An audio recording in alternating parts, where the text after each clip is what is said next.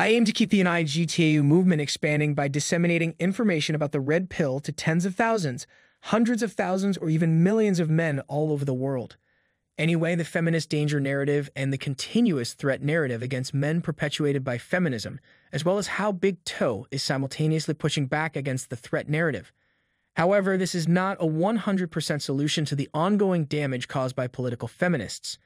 I'm grateful for the questions you've asked. I get a kick out of it when individuals send me inquiries of this kind, which encourage free-form responses. I can take it in a lot of different places if I want to. As far as I can tell, MGTOWs and MRAs are a threat to feminism because of the fact that they steal attention and resources away from women and place them back in the hands of males. This is the fundamental thing that feminists despise about us, which is that we are paying attention to the unfairness that men endure. And in many of these cases, we are demonstrating that women are intimately tied to the injustice. Not only are we claiming that men are receiving the raw end of the deal, but we are also claiming that women, in many instances, are the ones who are hurting us mid-tower workers because of this. It diverts our attention away from women and stops them from receiving the one thing that they covet the most, which is attention. Feminists are employing a variety of tactics in an effort to regain the focus that has been taken off of them as a result of this distraction. The shaming of affluent, unmarried, gorgeous guys who are big cows and who, in many cases, do not even know how to make towels is related to the question of where all of the nice men have gone. Once a male realizes that there is such a thing as MGTOW, it establishes a system of legitimacy for his point of view, and political feminism is working to prevent this from happening. They do not want males to validate their positions and individuality in ways that are different from those that are established for them by the geocentric society as a whole. They want men to feel ashamed of them and to associate shame and low self-esteem with men's rights, which is what all of these ladies protesting at men's rights rallies are trying to achieve. The men's rights movement benefits men because it reaches men with rational arguments, but feminists don't want to hear rational arguments. Instead, they want to shift the topic into something else. Feminism is not about rational reasoning. Regarding rape and the right of women to vote, that is both sentimental and illogical. Yesterday, a woman phoned me out of the blue and told me that 653,000 women in the United States are being raped by men. She said this number came to her from a source she didn't know. I'm sure that I'm not the only person who is having trouble following this woman's line of reasoning. Therefore, I sent her a message back saying that each year in the United States, more men were raped in prison than women were outside of prison. I'm sure that I'm not the only person who is having trouble following this woman's line of reasoning. If she wants to compare the stats, you should know that guys are suffering just as much as women, if not more. I also asked her how she comes up with her 600,000 number, and I sent her an article that was written and researched by The Guardian to back up my own argument. In response, she said that, well, that proves that men are even more disgusting than I thought. Not only are you guys raping women, but also you guys are destroying the environment. But on top of that, you two are raping each other, which is revolting. When I questioned her once again about her figures, her response was essentially that she had done her own study and that she did not want to share it to me. She was trying to shame me for being an MGTOW man by trying to fire up my emotions, and all I was trying to do was ask her a few questions. All she could do was try to shame me for being an MGTOW man, and all I could do was try to insult her irrationality. So as far as I'm concerned, she's just talking out of her ass like Ace Ventura Pet Detective. One thing I did that wasn't very MGTOW of me was to allow people to stay on the site who spread masonry and hatred towards males. In this particular instance, though, I made an effort to determine whether or not she could support herself with reasonable facts, but ultimately, she could not. It was a total waste of my time to interact with her. However, because I was curious as to where she got the number 600 from, I decided to make light of the situation. In order for MGTOW to advance, we need to model ourselves after characters like Lieutenant Data from Star Trek. We must demonstrate that we have no emotional response to women so that they will leave us alone. They are likely targeting us because they believe we are not feeling anything in the hope of eliciting some sort of emotional response from us before we become apathetic toward them. Radical feminism has a rival in apathy because if people don't care, radical feminists won't receive the government funding, affirmative action programmers, and other benefits that they are entitled to.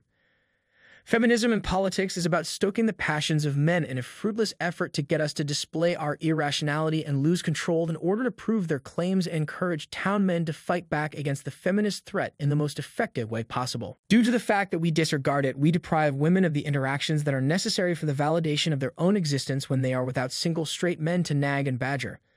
They never seem to notice that the majority of the activists working against men's rights are gay men, since feminists only have homosexual men and each other to talk to. It is essential for women and homosexual men to make ordinary straight guys if they wish to continue to keep their power in society. This applies to all genders. believe that there is a gender pay gap and that women receive lower pay for the same type of job as men, as well as believing that there is a culture of rape and that all men are, in essence, rapists. They have to tell men that there is a vile beast waiting inside each and every guy to come out and rape some helpless woman. They want us to be ashamed of how we feel and who we are, so they have to convince us that there is a vile beast inside each and every man. In order for us to adjust our actions to better satisfy them in all of their demands, MGTOW will not do that, and the majority of us will not compromise on our beliefs because we are untouchable. It is vital for the majority of men to believe this narrative that feminism spews forth like venom from a cobra, because in order for them to get what they want, MGTOW understands that it is essential for them to believe this narrative. It's a bunch of bullshit and we aren't buying it. In fact, we are stating the opposite. We don't care about women, and in many circumstances, we will refuse them. They are mainly interested in our hard work, affection, and faithfulness. I keep hearing that the mid-tower is a threat to feminism because people believe that you can either love a woman or you can understand them. But you can't do both of those things at the same time. Because it encourages men to go out and attempts to grasp the nature of the female beast, which is something that women do not want men to understand. It is something that women do not want men to understand. They want to be loved by men so that they can be rounded up and used to construct homes, labor on farms, and be compensated with meals at restaurants. MGTOW guys who refuse to be herded around like sheep by feminist ideology, we are men, not mules, make success and failure are connected together. MGTOW men who refuse to be led around like lambs by feminist ideology, we are unsuccessful as a group because we do not get together, form groups, and unite in opposition to the female narrative. However, we are successful in areas like as peer-to-peer file sharing. We are anonymous and decentralized, and some members of MGTOW do fight against feminism by getting involved in supporting men's rights. However, the majority of MGTOW members do not take up arms in this way.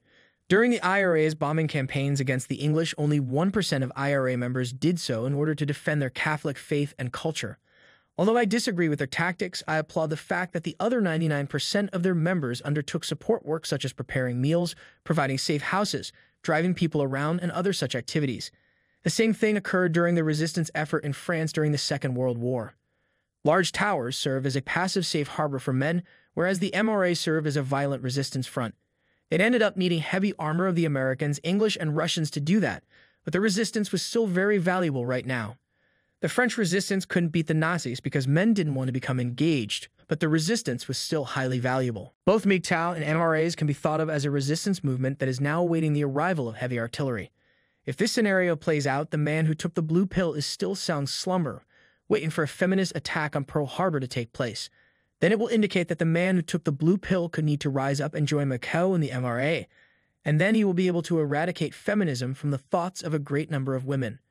The fight for gender equality will be comparable to both the Battle of Waterloo and the Battle of Stalingrad. It will be brought back to the place from which it originated, hence, you must ask, where is this feminist Pearl Harbor going to emerge from? What is this black swan event that will awaken the majority of blue pill males as of right now?